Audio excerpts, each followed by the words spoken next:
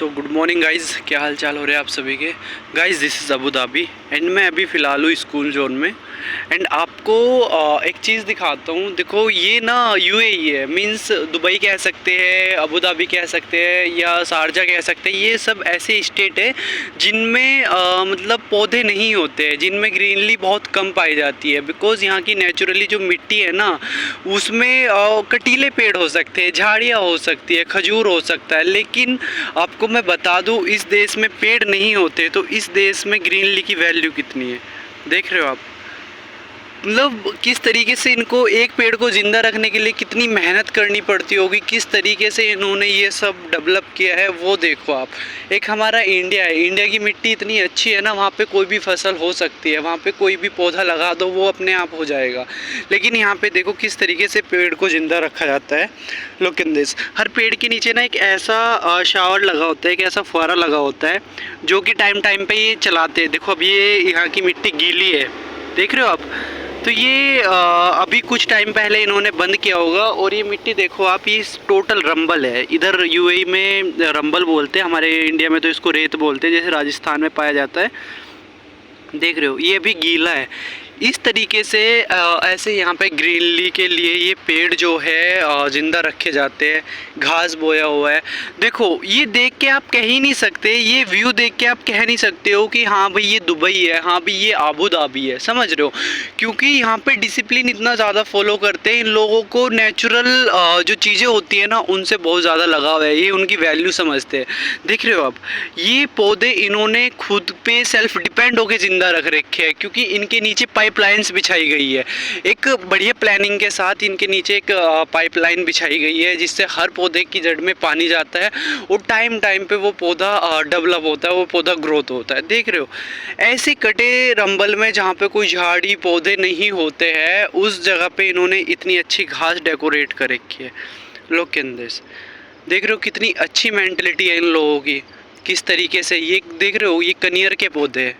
कनियर बहुत मतलब पॉसिबल नहीं है इधर ऐसी मिट्टी में उगाना, लेकिन इन लोगों ने उगा रखा है। देख रहे हो ये बिछ रही है पाइपलाइन, एक एक पौधे के लिए स्पेशल इन्होंने पाइपलाइन बिछाई हुई है, स्पेशल फुहारा लगाया हुआ है, जिससे कि ये पौधे ज़िंदा रह सके।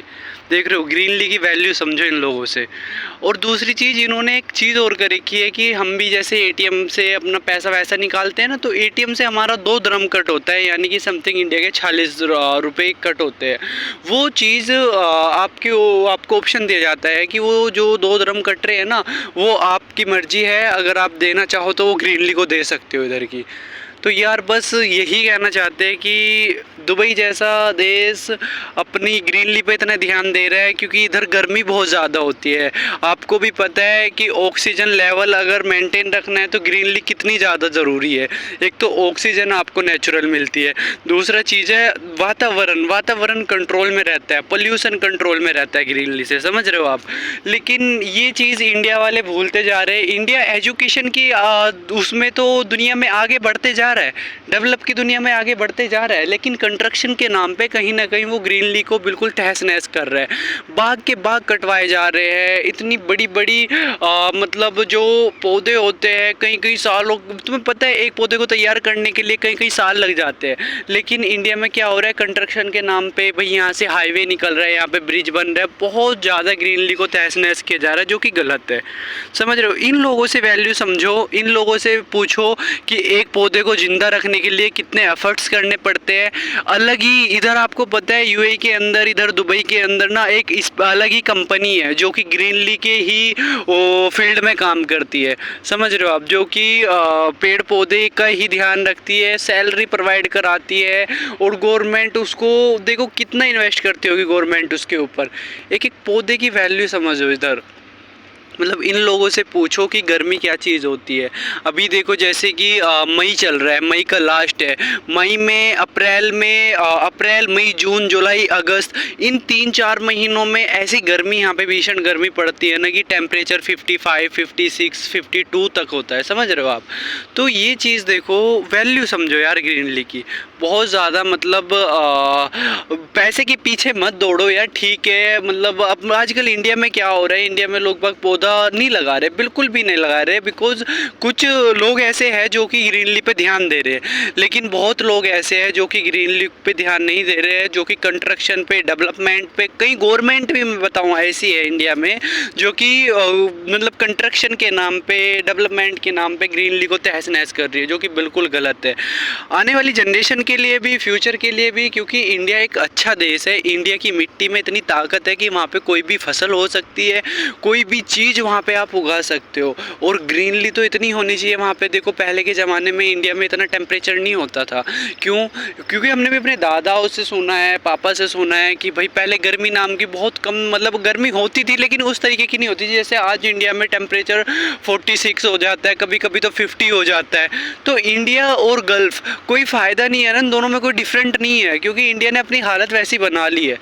तो मैं तो यही कहना चाहूँगा कि यार ग्रीन लीफ पे ध्यान दिया जाए एंड पौधे लगाए जाए। यार बहुत सारे जरिए हैं पौधे लगाने के, ज़रूरी नहीं है कि यार तुम कोई मौका ढूंढो, मतलब ऐसा है ना यार, इतनी सारी अपॉर्चुनिटीज़ है। तुम्हारा बर्थडे आ रहा है, कुछ मत करो, तुम एक मतलब 300 400 500 रुपये की पार्टी करते हो, केक मंगाते हो, वो सारा कैंसिल करके यार 500 रुपये के पौधे मंगा लो, 10-15 पौधे भी आएंगे, किसी की जगह पे लगा दो, कहीं अलग, मतलब अपने घर के आगे पीछे कहीं भी लगा सकते हो यार।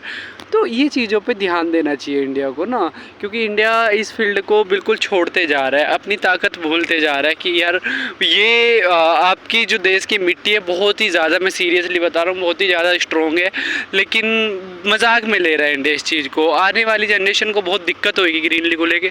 देख रहे हो घरों की बराबर में इन लोगों ने स्पेशल पौधे लगाए हुए हैं, और इधर ना आप अगर ये पौधा है, जैसे यहाँ पे पार्किंग है, समझ रहे हो, इसको अगर यहाँ से हटाना पड़ा किसी भी कारणवश कि भाई यहाँ पे पार्किंग बनेगी, यहाँ पे कोई वैसा कुछ सीन होएगा, लेकिन ये पौधा काटा नहीं जाएगा, ये पौधा जड़ से उखाड़ा जाएगा और इसको झुके तो को कहीं और दूसरी जगह पे, सेफ जगह पे शिफ्ट किया जाएगा, समझ रहे हो। तो यार ये चीज़ गाइस मैं आपको शेयर करना चाहता था। अगर भाई अच्छा लगा हो तो बताना फिर कमेंट सेक्शन में कि भाई हाँ सही बात है, लेकिन यार सीरियसली ग्रीन लीफ पे ध्यान देना चाहिए, क्योंकि इंडिया में वाकई बहुत ज़्यादा, मतलब इंडिया खूबसूरत देश है, और ग्रीनली से यार किसी भी देश की खूबसूरती में 4 चांद लग जाते हैं। चाहे आप कुवैत को देख लो, कतर को देख लो, या इधर दुबई को देख लो, बहुत ज़रूरी है यार ग्रीनली।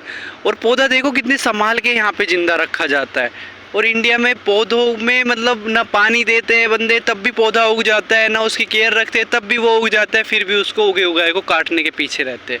ये गलत है यार। ठीक है कंस्ट्रक्शन डेवलपमेंट ज़रूरी है, लेकिन यार प्रकृति के साथ छेड़छाड़ करना ये भी गलत है, समझ रहे हो।